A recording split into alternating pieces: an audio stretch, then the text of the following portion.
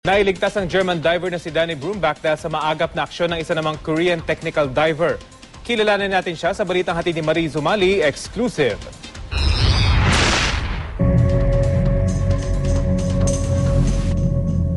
Sa tindi ng peligro na pwedeng kaharapin ng bawat maninisid lalo na sa napakalalim na parte ng dagat, nangyari na nga ang labis na pinangangambahan. Sa kasagsagan ng retrieval operations, ang German technical diver na si Danny Brumback nakaranas ng decompression sickness o DCS kung saan nagkakaroon ng bula sa katawan.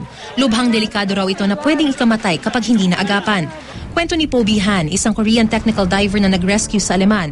Nakita na raw niya si Brumback sa lalim na 48 meters na may sintomas na ng DCS. Sa isang punto raw, tinanggal na ng German diver ang kanyang regulator o ginagamit sa paghinga. Kaya raw ibinigay ni Poby ang kanyang regulator para sa isang tinatawag na body breathing. Unti-unti na rin daw lumulubog si Brumback kaya nilagyan pa ni Poby ng hangin ng BCD o Buoyancy Control Device ng Aleman. Ang BCD ang ginagamit ng divers para makontrol ang kanilang pag-angat at pagbaba sa tubig. Sa pangambang malunod si Brumback, mabilis daw niya itong iniangat. Very careful. Yes, you need to always careful. To give.